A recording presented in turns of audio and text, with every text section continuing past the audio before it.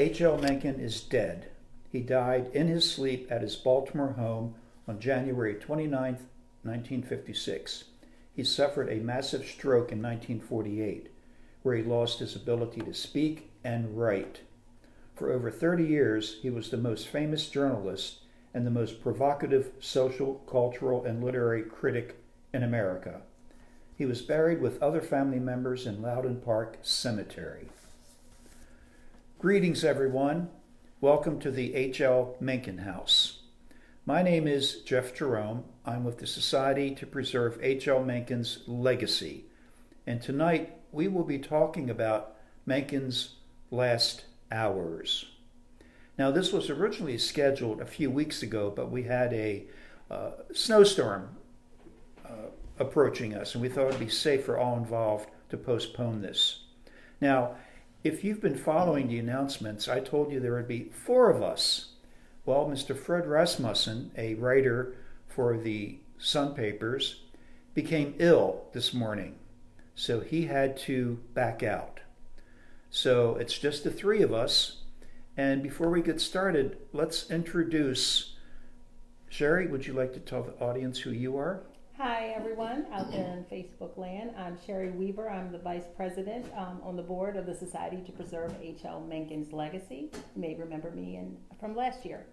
And from the many Mencken Minutes that we do. Mm-hmm. David, introduce yourself. Tell people who you are. Okay, I'm David Guiney, and I'm a museum planner. And most of my career I've worked in the national parks historic sites, but also sites in Baltimore for exhibit planning, interpretive planning, and museum development. Well, thank you both for joining me. This should be a very interesting evening. And I would like to point out that we had the graveside ceremony at Mencken's grave on the 30th. And the weather did cooperate, and that big, massive storm that we were supposed to get sort of fizzled out. So we did hold a ceremony at Mencken's grave where we talked about his life and put a rose on his grave. And we do that every year. So we had several people that actually attended from our audience. It's a great tradition. Yes, yes. Memorializing him. So, again, thank you for joining us. We have followers of Mencken from around the world that follows our Mencken page. So, thank you.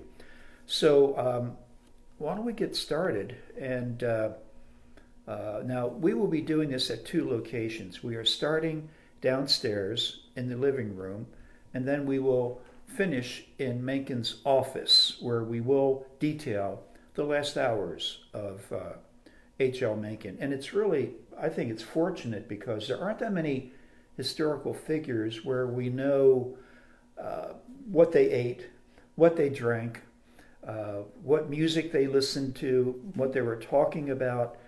And so we're really lucky that there were people here prior to his death that could attest to all of these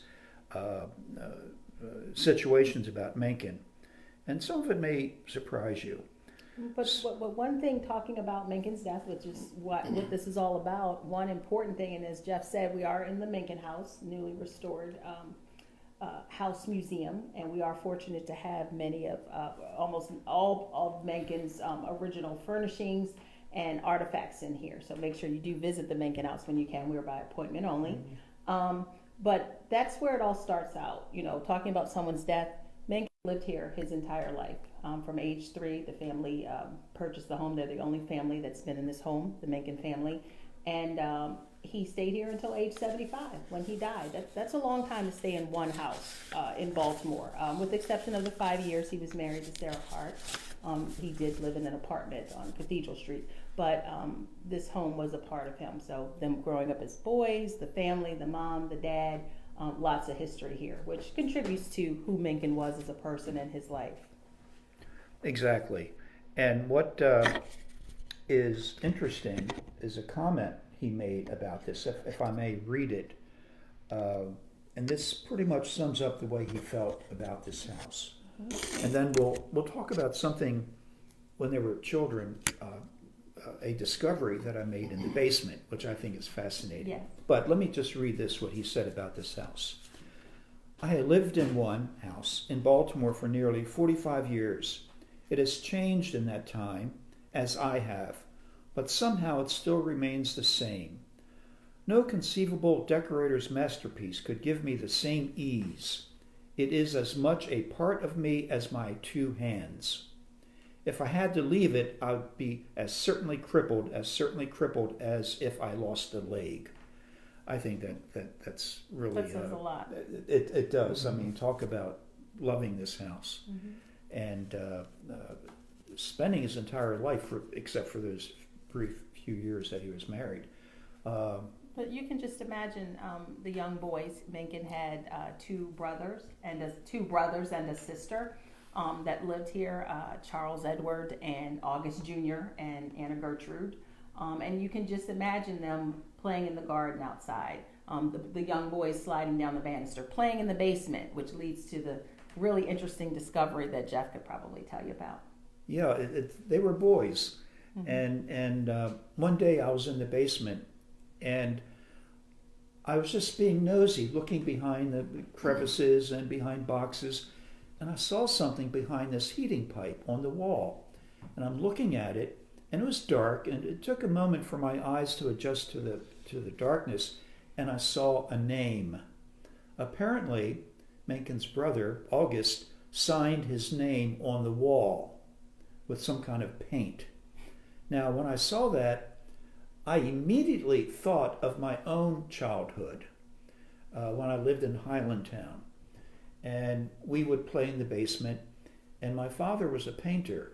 And being mischievous, as most kids are, I took a paintbrush and started to paint my name on the wall, on a brick.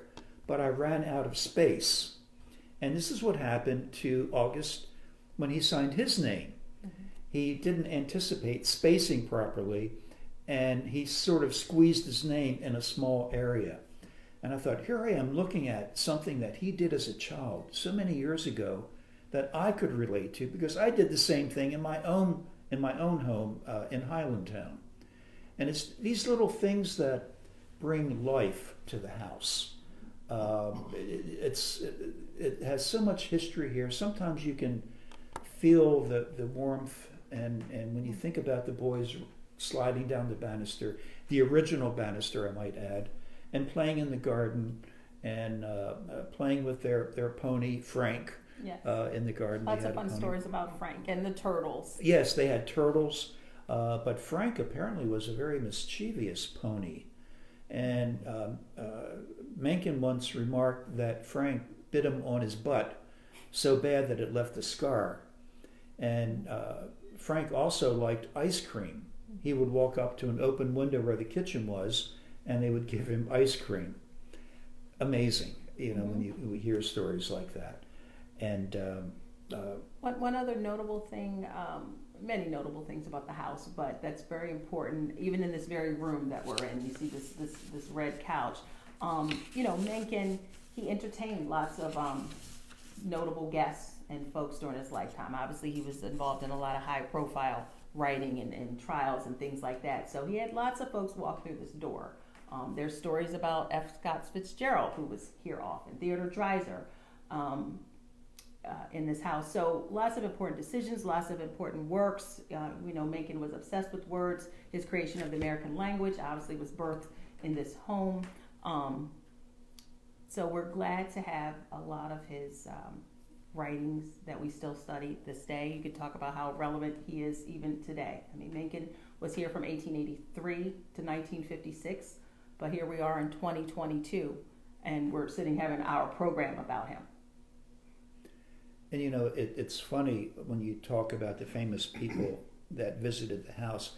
There's a story about F. Scott Fitzgerald that apparently visited Mencken, and he drank a little bit too much, and he spent the night on that red couch behind Sherri. Now, it's one of these stories that it sounds cute, and it could have happened, but the only eyewitness to that event was Mencken and Fitzgerald. Right. So it's one of these stories that it probably Maybe. did happen, but there's no way of proving it. Yes. You know, so there are a lot of stories about the house, and I mean, what was your first experience, David, coming into this house? We do try to make it look just like Mencken is still here, not like a museum with glass cases and things like that. Yes, there's priceless artifacts here, but what was your impression coming into this house after it was newly restored to its original furnishings, parquet floors? After we've acquired a lot of things back from the Maryland Historical Society, like these are his things that every day he was sitting at this table, going in the parlor, walking up those stairs. What was your experience first walking in here? Well, your quote about Mencken saying it would be like cutting off his leg or whatever to lose the house, and what occurred to me, you two are members of the legacy group, the Society to Preserve Mencken's Legacy. Mm-hmm. And we probably ought to just say for the viewers that you should be applauded for the work that has been done. The Mencken Society members also, who have tried to keep his works alive and keep his kind of a spirit alive, and which has led to the restoration of this house and gathering back together the furniture to go in it. Mm-hmm. In my experience in the national parks, I've worked in many national parks related to famous people. I think sometimes about Lincoln, we have numerous Lincoln sites because Lincoln moved around a lot of places. But for that reason, we don't have original furnishings and things like that. So when you can take that house with that person and have the real things in it, and another thing visitors could see when they come here is there are photographs, like one back there on the wall, Mm-hmm. others from upstairs and other places that demonstrate that yes, this table was here and that mirror was there, and Mm-hmm. H.L. Mencken used to look at himself in that mirror. So Mm-hmm. it's quite remarkable. So maybe since I'm the outsider, I can just say kudos to you all for all the work done in preservation. well, you've heard the term blood, sweat, and tears, and that certainly applies to this group that we are members of.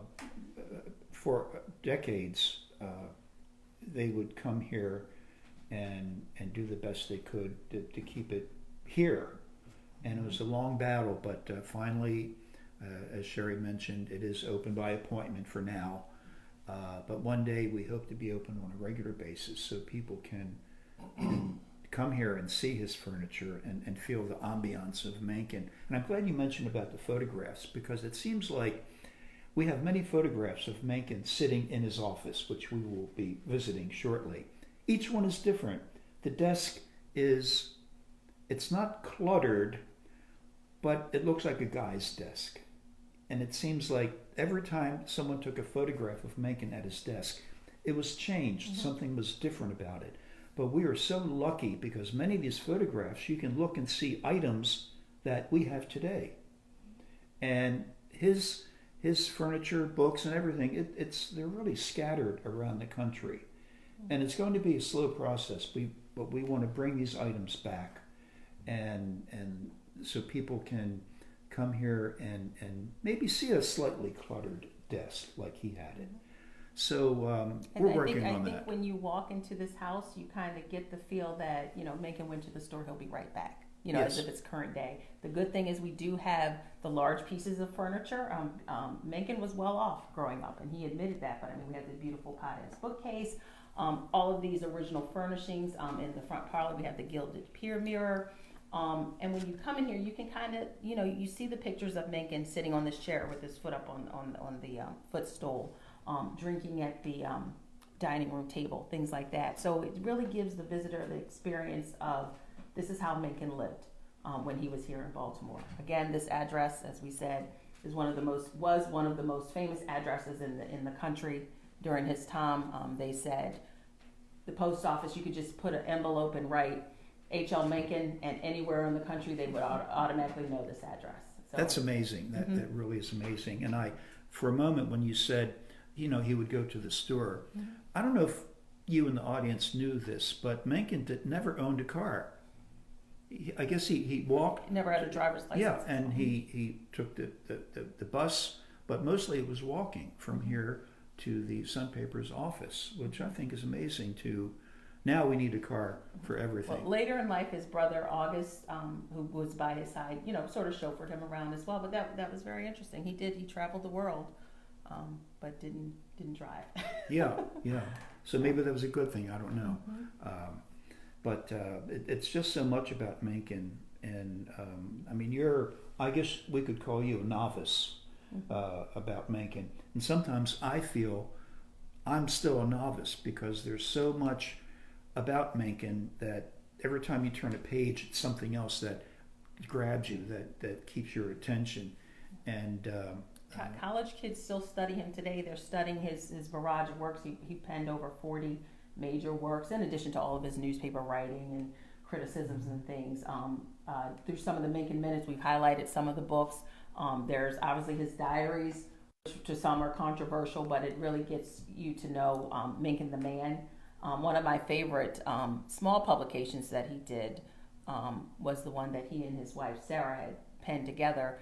A small booklet called what is it? Shrimpflexicon. Yeah. Yes. Yeah. With all of the insults that was ever written to him or about him, they compiled them into a book, and it was sort of a laughing joke. So Mencken was a master of words. He loved words. He counted words. He wanted to document his life and things that were going on. To me, I think that in his mind, if he had a philosophy of purposes in life, that became his at a very early age. And I think he loved the insults, and some of them are really quite funny. And you could almost imagine he and Sarah going, "Oh, look at this one from Denver, Colorado. They say I'm the devil," And they collected these and put them in a pamphlet, and he thought it was hilarious. So he could, I guess, dish it out, but he could also take it. I don't know if his love for journalism, speaking, what he wanted to, came at an early age. When he was 8 years old, the family, they did celebrate Christmas in this household. He received a toy printing press for his eighth grade, whatever holiday that was. And also that's the year that the family purchased the piano, in which he adopted then a love for music, which traveled throughout, his later life, even with the Saturday Night Club, which I think is amazing. Just the whole concept of all these guys together playing music for themselves for many years. We still have a descendant of one of the Saturday Night Club members still living. So Barry Cheslock, if you're out there, hi. Yeah. I think Mencken at age 8 had an interest in writing and journalism. He certainly didn't have an interest in the cigar business. His father made his money by making cigars and selling cigars, and he wanted his son to follow in his footsteps. And Mencken was like, "No, I don't want to do this." The uncle lived next door, and Yes. they shared the joint tobacco. And if you visit the house today, if you look in the backyard next door, you can actually see a small building is what they used to make the cigars, and that's still standing. And when Mencken's father died, I think unexpectedly, you almost get the impression that Mencken was relieved. It was when he was 18 years old. That's a pretty and sad age for someone's father to pass away. Right. But and he knew he didn't want anything to do with cigars. I think journalism, literature, bit him at a young age. They said 2 weeks after his father's death, which I'm sure was very traumatic for him, he then took some courses in journalism, and then eventually, within a couple of months, acquired a newspaper job.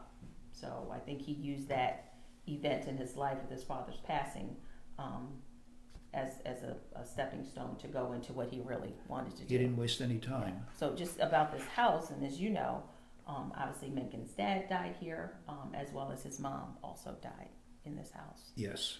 Yes. And Mencken, of course, which is why we're doing the Mencken last Right. hours. Right. Before you leave the cigars, though, Uh-oh. don't leave the wrong impression, because he didn't want to make cigars or make that his career, but he loved to chew cigars. Well, And he often chewed them more often than he would smoke them. Mm-hmm. Yes. and there are photographs of him with a cigar.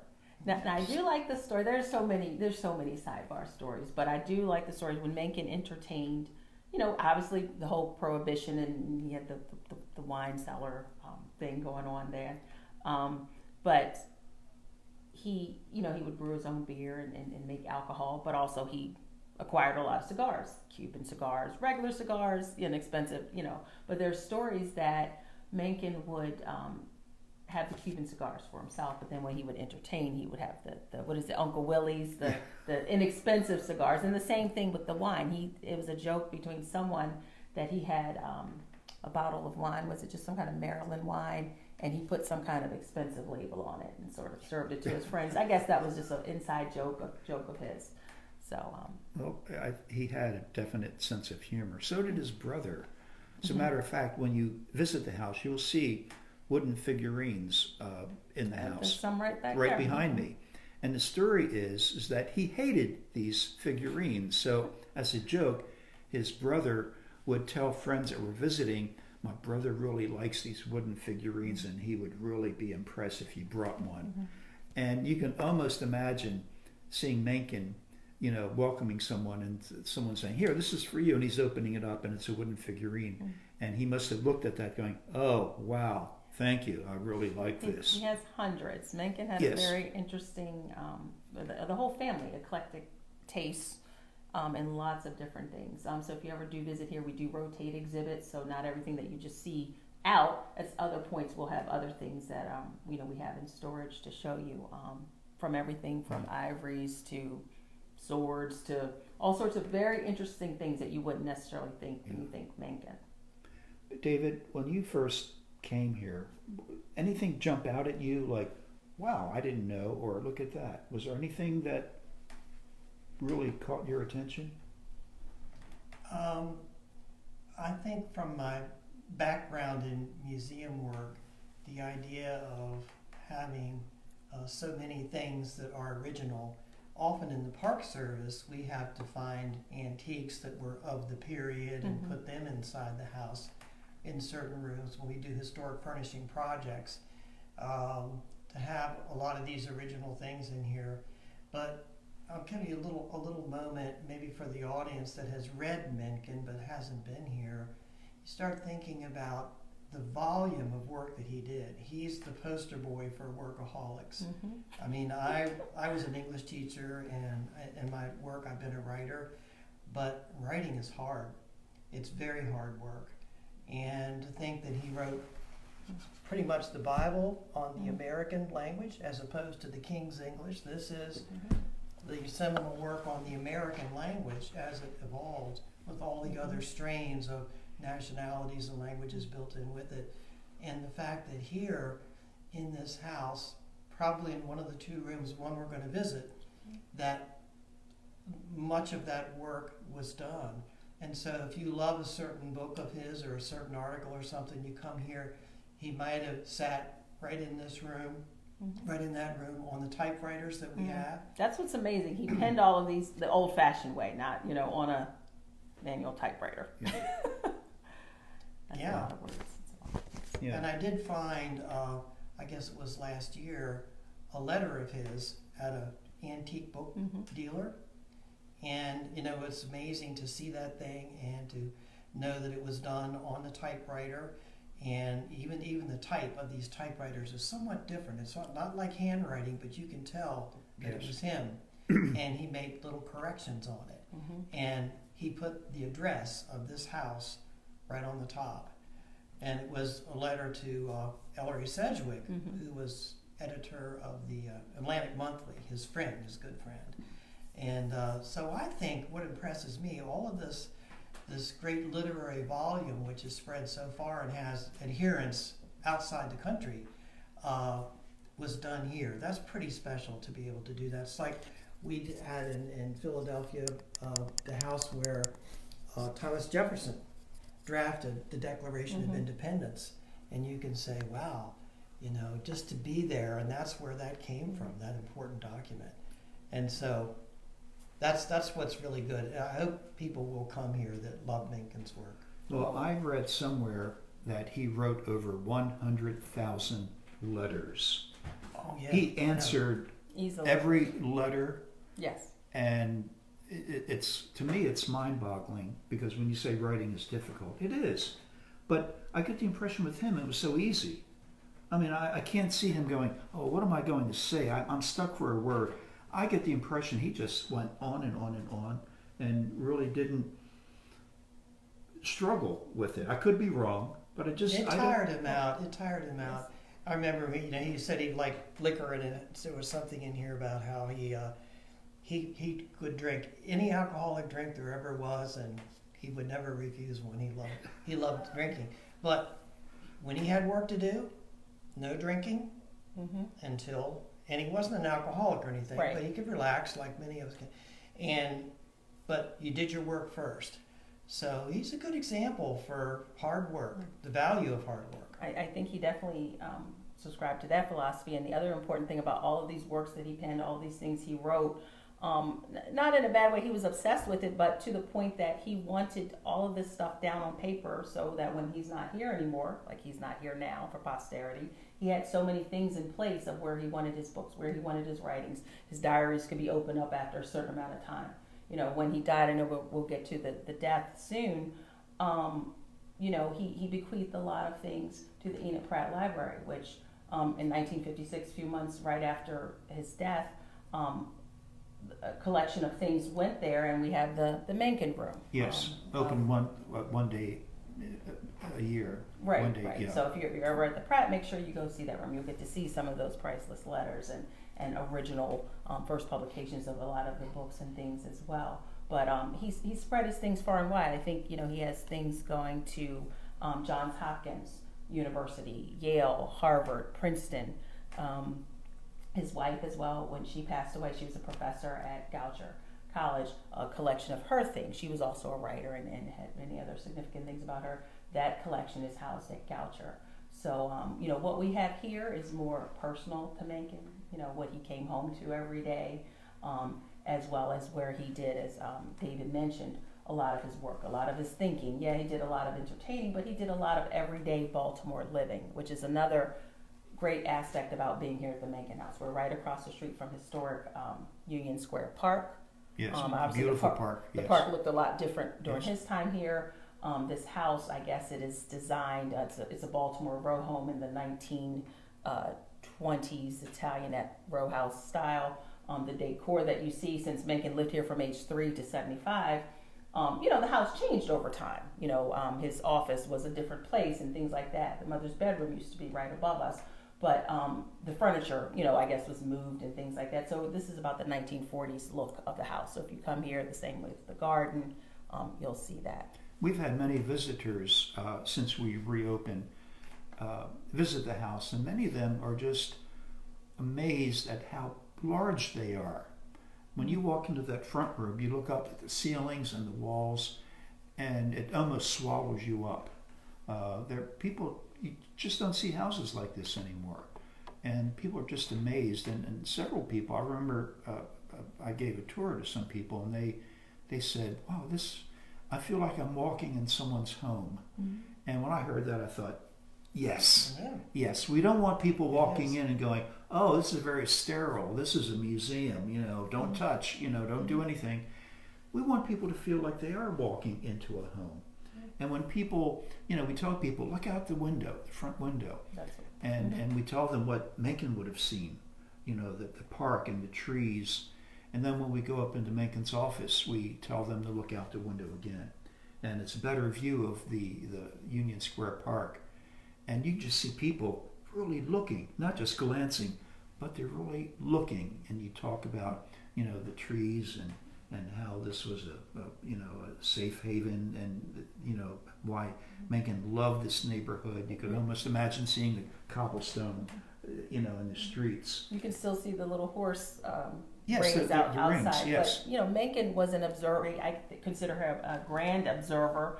of noticing things, of looking out the window, noticing the neighbors, noticing what's going on in society. And you know, he documented all that, but he was aware of his surroundings. And again, if you get to see the beautiful garden through all the seasons, Mencken spent just as much time outside with his own two hands building brick walls, installing the Beethoven death mask, installing a little fountain for the niece, the Moravian tiles. They're all over the house.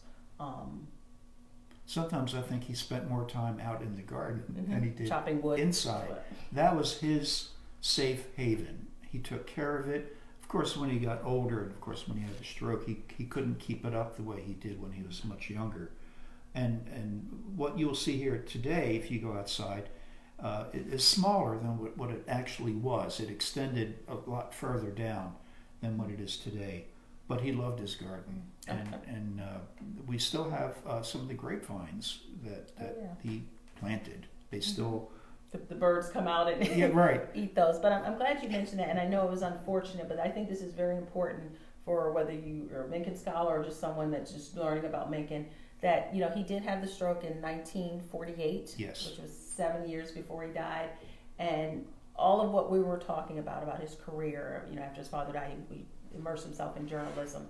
Mencken, he did graduate from Poly High School. He never received a college degree, but obviously he was a very successful and profound and influential individual, and again, a very hard worker. But I just lost my train of thought. But I forgot what I was going to say about that. I went off on a tangent. Sorry about that. Well, I think. About the stroke. That's yes. But after he had the stroke, he could no longer read or write, which took him away from doing what he loved the most, his career. Everything came to a crashing halt. Right. And for someone like Mencken to not be able to communicate or even type, it must have been devastating. I mean, having a stroke, period, is devastating. But for someone, you know, I know people that have had strokes that they appear to be normal, but they can't count money. You know, every stroke is different for a person, but apparently his was very severe. And about 13 years prior to that, his wife had passed away. Yes. So he still, he had individuals come and read to him. He still then immersed himself more in nature. He went outside to, I guess, look at the beauty around him, have people read to him. He had William Manchester, a fan and writer, used to come over here and read to him to help him finish. You know, obviously Mencken wrote biographies and wrote diaries. They had to come to a halt when that happened. Yes. And it's very sad to kind of see the writing come to a close. Right.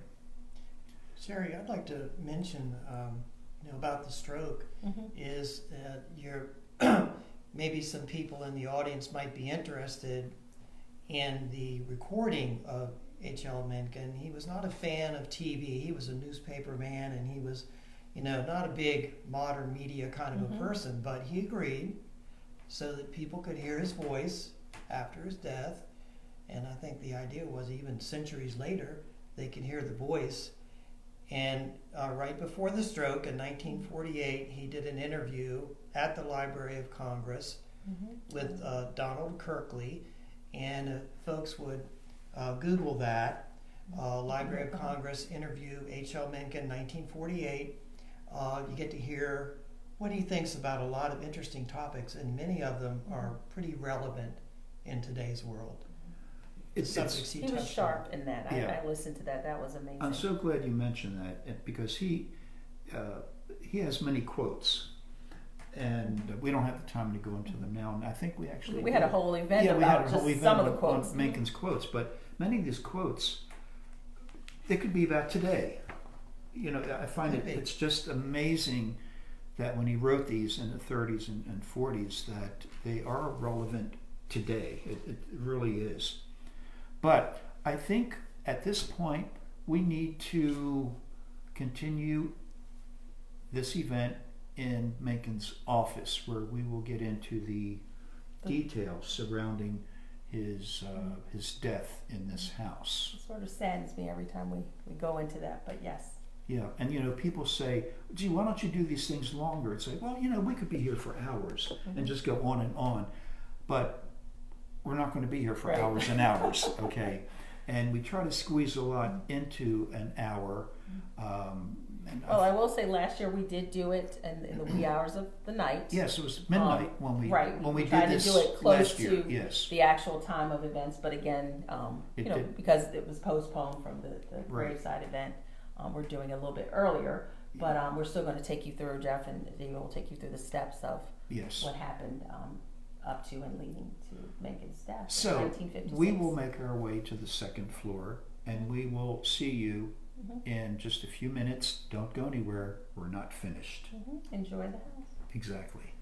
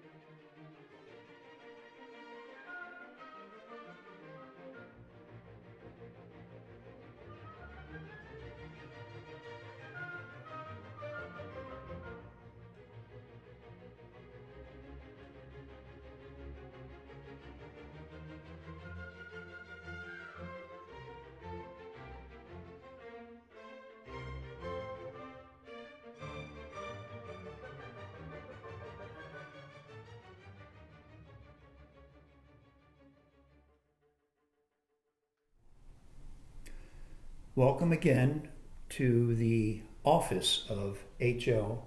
Mencken. And we are sitting at his desk. This really is the desk that he used, and a typewriter that he used. And all these other items that you see here belong to Mencken. And you will also see we have a few items on the table that are different from the other items. And you will see a toast with shrimp and 2 Gibsons, and we will be talking about those shortly. But now we are at the point where we are going to talk about his death and the hours leading up to it. So maybe we're going to be a little bit serious. Right. We'll see how it works out. Well, there is one thing I want to mention about Mencken, since we're talking about death. Because as everyone knows, he was an agnostic. So, his thoughts about afterlife and things like that only came once in a blue moon. There is some documented statements from Mencken referencing his thoughts, about when his wife died, and eventually, if there is something after that, then they would be together. I think that's sort of telling a little bit that he had some thoughts about things, despite his religious leanings. But also, Mencken was, I wouldn't say very superstitious, but the fact that superstition even came into his realm was very surprising to me. When he wrote, many people have the theory about the number 13, that's bad luck. Mencken was no different. He wrote Happy Days, part of the trilogy, and also Newspaper Days.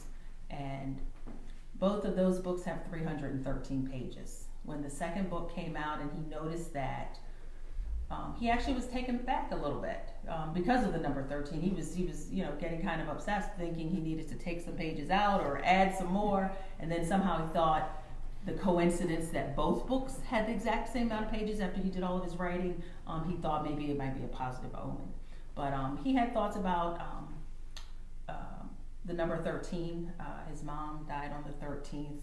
His wife died on the 31st, kind of transfer the numbers as well as the dad. So he had thoughts about that. He had thoughts about people who have done him wrong, or just people that do wrong things in life, that they tend to die, traumatic, bad deaths. So he had these very real fears, which was also surprising to me.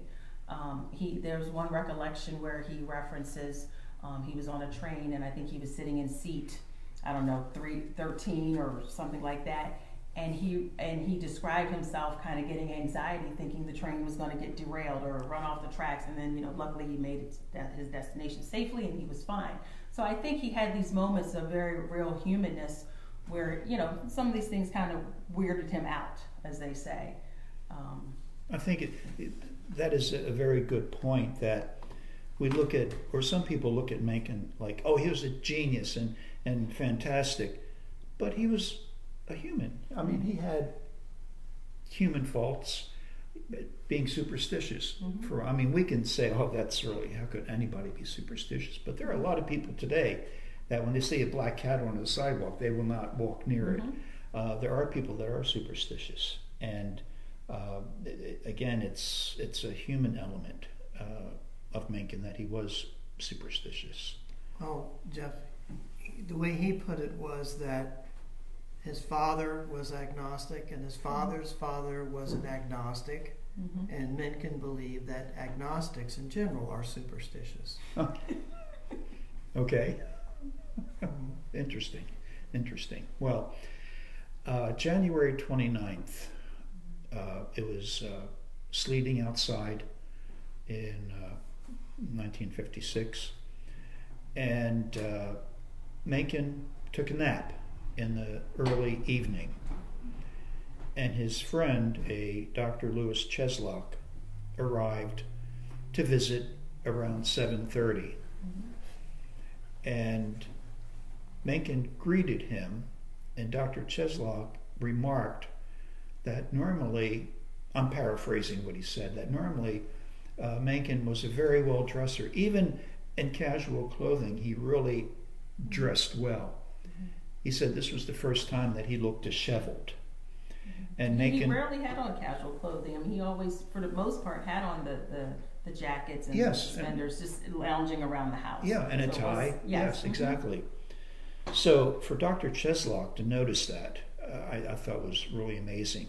Also, Cheslock mentioned that Henry extended his hand to shake his hand, and Dr. Cheslock said he never did that. Shook his hand and he said, "This is the last time that you're going to see me."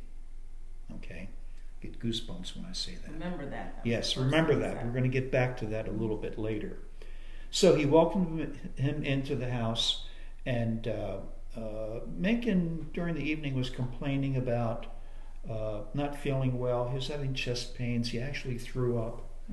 And his brother August and Dr. Cheslock thought it was maybe just a virus. Well, he made those complaints, I guess. They were having,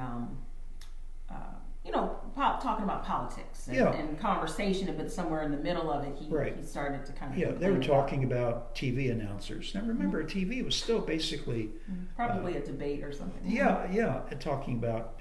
I think he called them boobs, and who knows, that could affect many announcers today.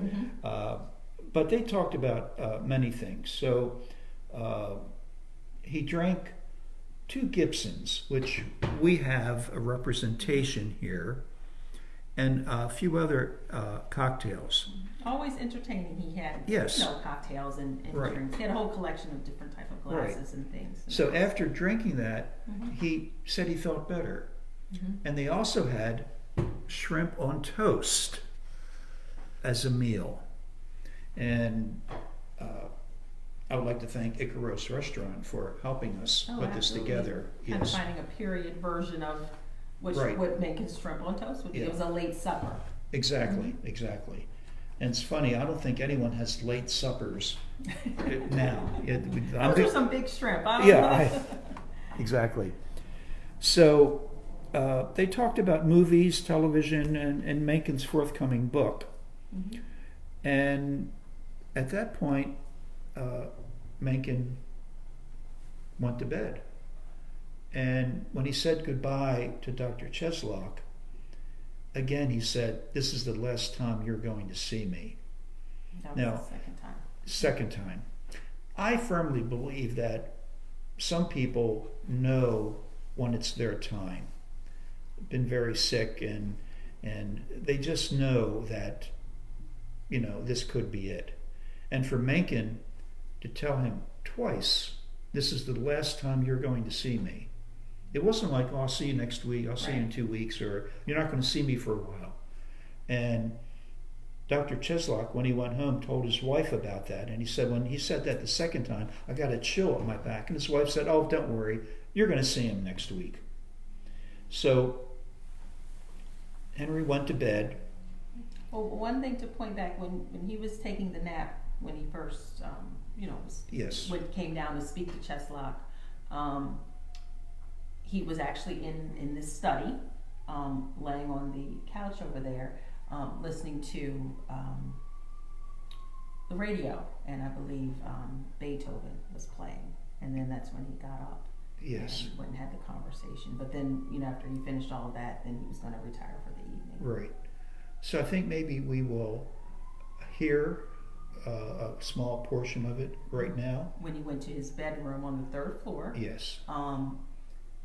he listened to Wagner's Die Meistersinger. I think my German's really bad. Yes.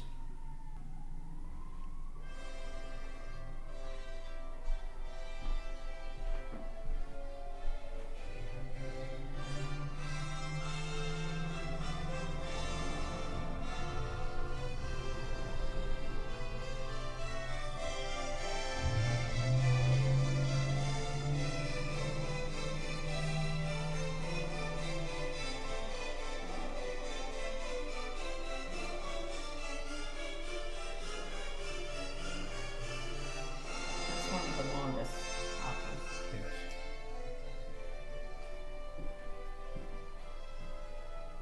And it's interesting because at one point Mencken said that if he knew he was going to die, the one piece of music that he wanted to hear was Eroica. I think I'm pronouncing that correctly. Right, Beethoven. Right. That's what he wanted to hear if he knew he was going to die. So unfortunately, that wasn't. It didn't happen it. this time. Yeah. Right, right. But he loved classical music. So August gave him a pink pill, I guess, for the chest pains, and he had his other medicine in his room. So he goes to bed, and when August went to sleep, he walked by Mencken's room and heard him breathing. And the music's still playing, I assume. Music was still playing. In the meantime, it's sleeting outside, typical winter night. And in the morning, his servant, what was his name? The orderly from Yeah, Johns Hopkins, Rancho Brown. Rancho Brown.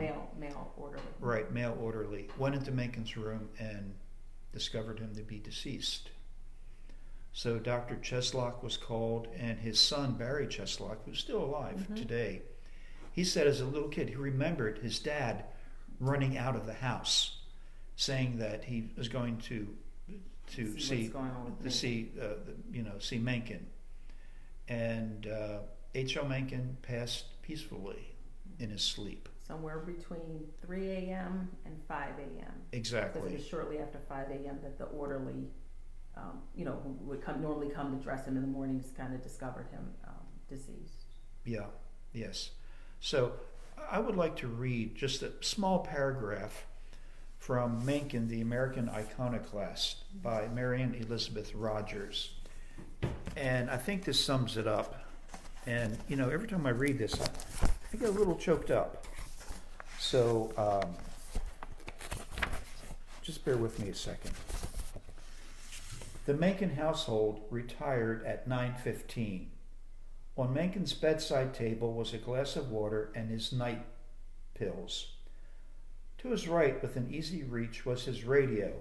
The strains of music could be heard. It was Mozart. Long ago, on hearing the music of this composer, Mencken had mused that the only permanent values in the world were truth and beauty. This and only this, he believed, was the heritage of man. They were the things he had fought for all his life. The symphony played until 10 that evening. Silence descended on the house and the city.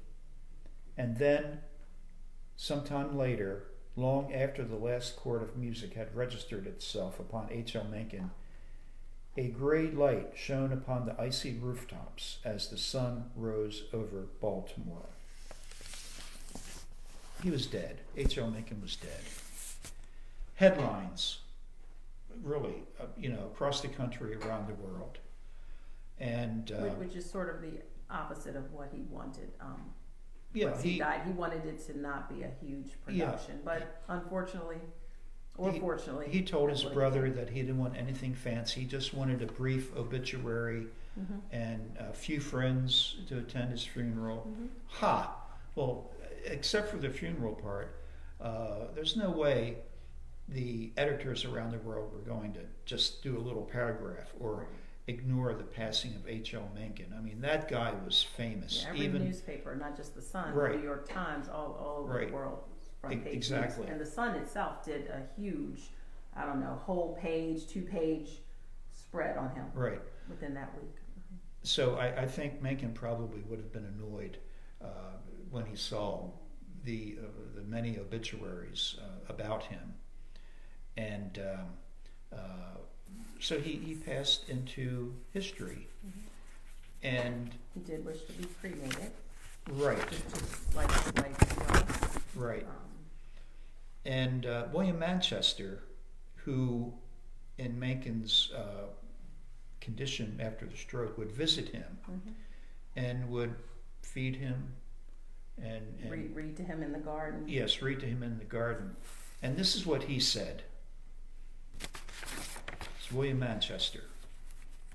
50 years ago, I spent my mornings reading to an old man who suffered as I now suffer from a series of strokes. He was a writer. He was H.L. Mencken. I have never known a kinder man, but when unsheathed, his typewriter had sharpened its keys, his prose was anything but kind. It was rollicking, and it was ferocious. Witty intellectual polemicists are a vanishing breed today. Their role has been usurped by television boobs whose IQs measure just below their body temperatures. Some journalism schools even warn their students to shun words that may hurt. That is why they are in the language. When terrorists slaughter innocents, when corporate executives betray the trust of the shareholder, when lewd priests betray the trust of little children, it is time to mobilize the language and send it into battle. When Mencken died in January 29th, 1956, he was cremated. That was a mistake. He should have been rolled in malleable gold and polished to blind the cosmos. I still miss him. America misses him. William Manchester. I mean, I know that sentiment is very true. I know we have lots of fans on the Mencken page, and in the different events we've had, we've met with a lot of tourists and visitors, and they do miss H.L. Mencken. They still study his works to today.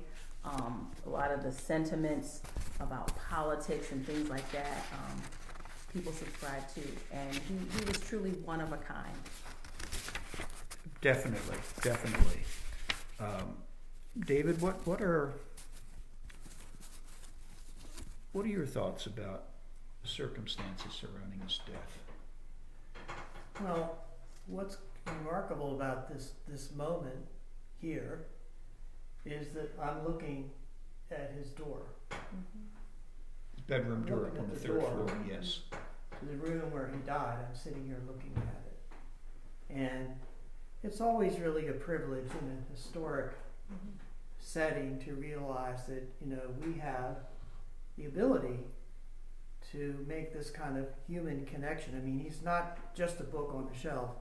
This is a real person, and so many of those words were written right here. But maybe it's something I mentioned to you earlier in the evening, is that Mencken really did, I think, honor the truth.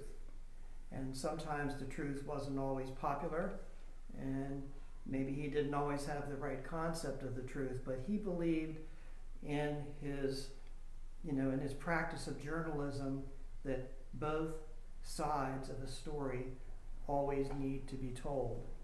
And if you were going to ask me what would be relevant for, say, journalism students to learn from Mencken today, it would be how important that is for those that report the news to be able to look at both sides of it. And he was not afraid of criticism, and maybe he was a little too harsh sometimes, and he kind of relished a lot of the insults that were, thrown at him. Right, In yes. fact, he said those crazy people that write the letters to the editor condemning him, he thinks most of them, really, he would be embarrassed if they praised him. That's what he said. But no, he was a champion of the truth.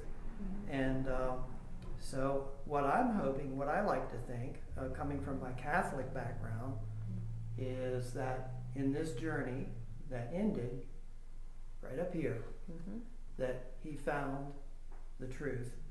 And I think since he championed the truth his whole life, what he believed to be the truth, he didn't please everybody, right? And we're not saying he was right about everything, right? Right, that's correct. But he was a very influential writer, and it's a privilege for us to be here in his house. It is. Every time I come here,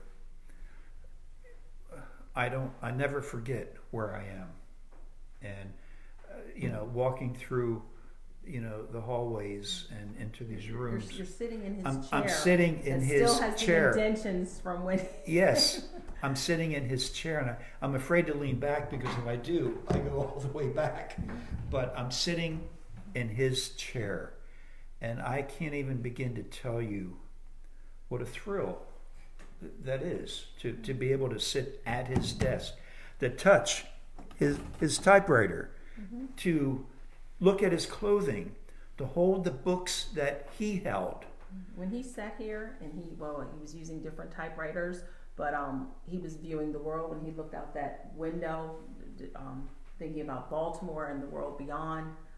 Some very just important thoughts have raced through his mind, important decisions, his next move of what events to cover and things like that.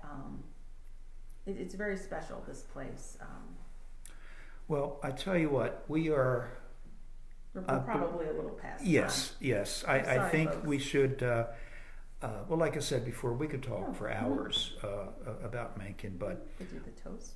yes, so we're going to toast H.L. Mencken tonight. And David, if you would open the German beer for us and pour some for Sherri and myself, we will toast Poe. No, Mencken. Just kind of commemorating, because the anniversary of his death was January 29th, Yes. and we just want to remember Mencken. And he loved good German beer, of course, He loved. and homebrewed beer. Yes, homebrew. Yes. He made it in the basement. That is one thing that I find interesting about Mencken. I mean, I don't know if, as you saw the sort of mini tour through the house on the video, he had pride in his ancestors. He has a huge medallion downstairs of his German ancestry, and he was very proud of that. But I think he also, despite all the criticism he had towards America, was still very proud of who he is and in this country, but he still had that heritage in the back of his mind that followed him throughout life. So whether it was eating German foods and things like that, I think if we met Mencken in person, he would be a great guy. He criticized a lot of people, but he's a fun guy. He there are enjoyed the people- finer things in life There are people that say and the everyday things. that you would visit his home and he would be the nicest guy, greet you with warmth and feed you and give you drinks, you know. So he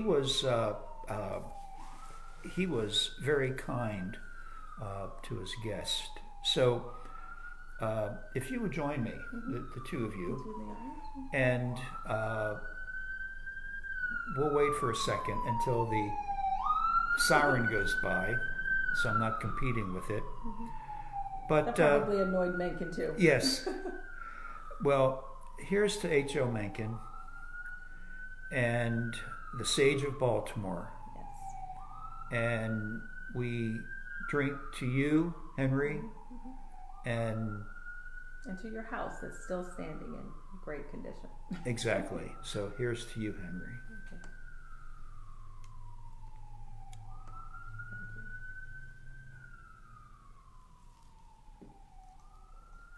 We didn't tell folks at home to go grab a beer. We'll have to remind you next year Yes. when we do this to, have your beer. There's some left. There's some, okay. Great, great. All right. But it's great to have everybody tuned in to this. That's why we're glad we have the Facebook Live and the various Mencken Minutes to share this home and share all that's Mencken with you. And we are working on a new Mencken Minute now that the weather is breaking and spring is not too far into the future. We will be working on another Mencken Minute. In the meantime, please visit our website, www.menckenhouse.org. And It's great having David yes, here, thank you, even David. though we're sad about Mr. Rasmussen, but you may get to see him. yes, again, right. So thank you for your input and your opinions, and it was great having you join us. Thank you, my friend. Thank you. Alrighty. Thanks, Sherri. So thank you for supporting us, for liking our page, and for joining us this evening. And we will see you again at some point. Yes. Thank you.